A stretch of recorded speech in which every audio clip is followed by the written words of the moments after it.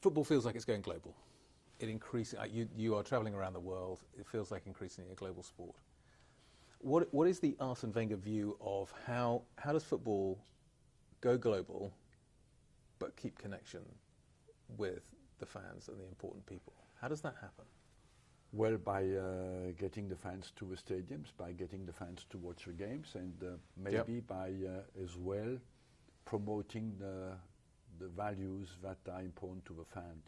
That means keep accessible to people, and do not get the distance between the players and the fans too big. And I believe that's a very important challenge. So it is a challenge, as you say. So how does that work with this year we're going to have the Club World Cup? Well, you know, I've seen the evolution as well inside the game. Yep. For security reasons, I would say as well, the distance between the fans and the players became bigger. You do not travel anymore. When I started to manage a football team, the press traveled with us, you know. Today the distance is bigger. Yep. The security for the players has to be bigger.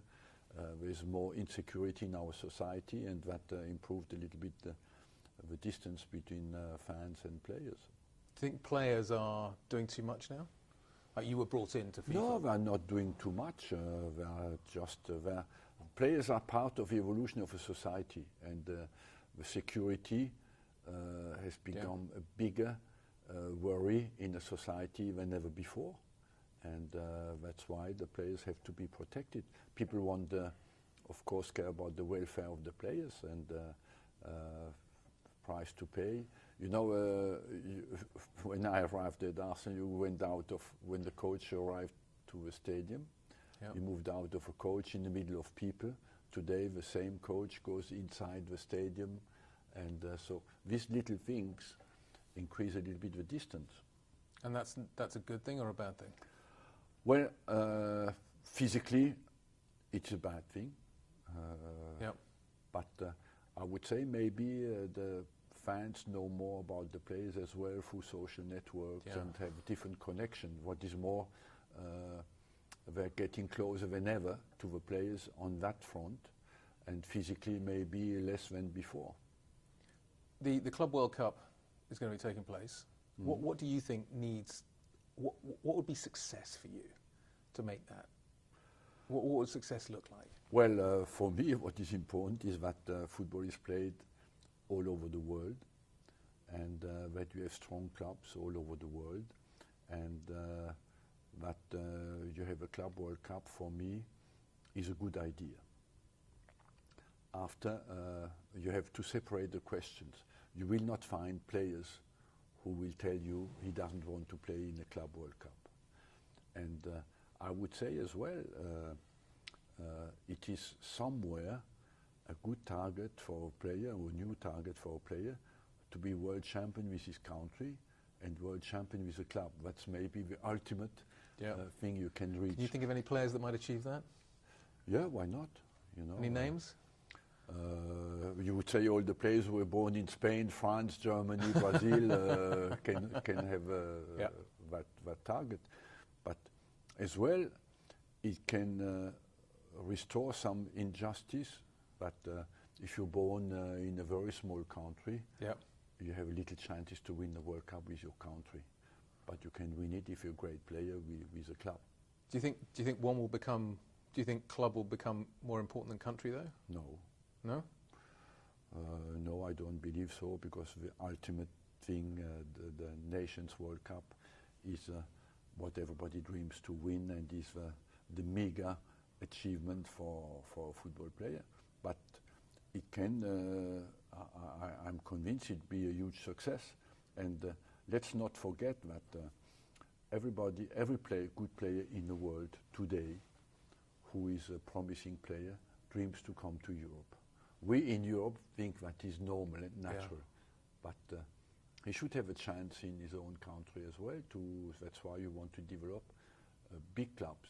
Big clubs will develop education for young players, so that will make stronger teams and stronger players everywhere in the world. At the moment, the world doesn't produce enough good players, considering the number of population, and strong clubs everywhere in the world can contribute to that. Do you think the same will increasing the numbers in the World Cup? Do you think that will, how will that change the game? Between Europe and the rest of the world? No, between just as more and more nations are allowed to play in the World Cup, the numbers are increasing. Yeah.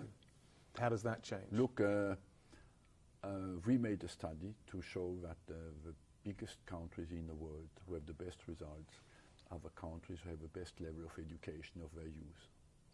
There's a correlation 100% between the quality of education, football-wise, and the results in the top team. By having 48 countries who participate in the World Cup, you will have more chances for countries to come to the World Cup. And you will have more motivation inside these countries to develop their players, to have a chance to go to the World Cup.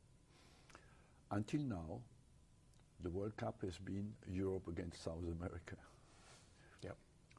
Europe is 55 countries. Africa is 54 countries. Europe had 13 participants in the 32 World Cup, and Africa 5.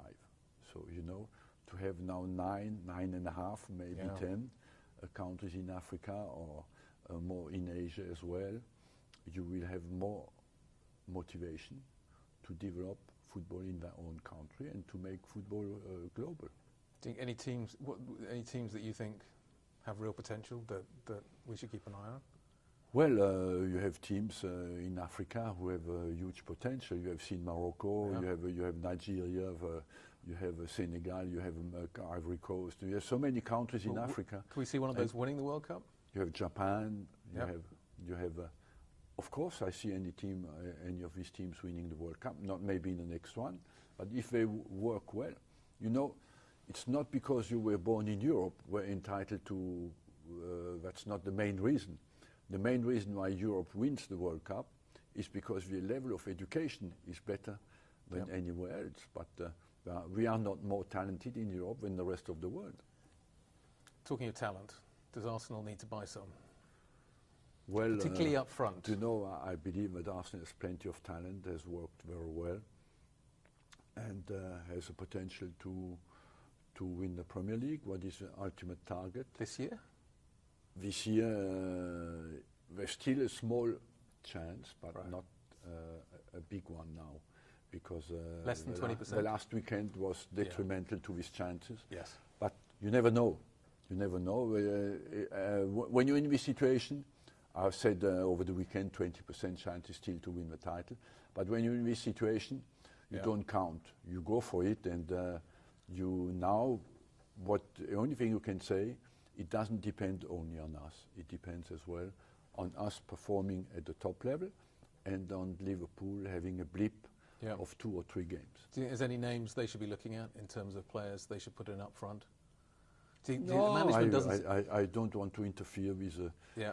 I believe I was there long enough. I did my job as well as I could, and now I want other people to do their job freely without having me every time saying no, that is right or not right. It's let people work.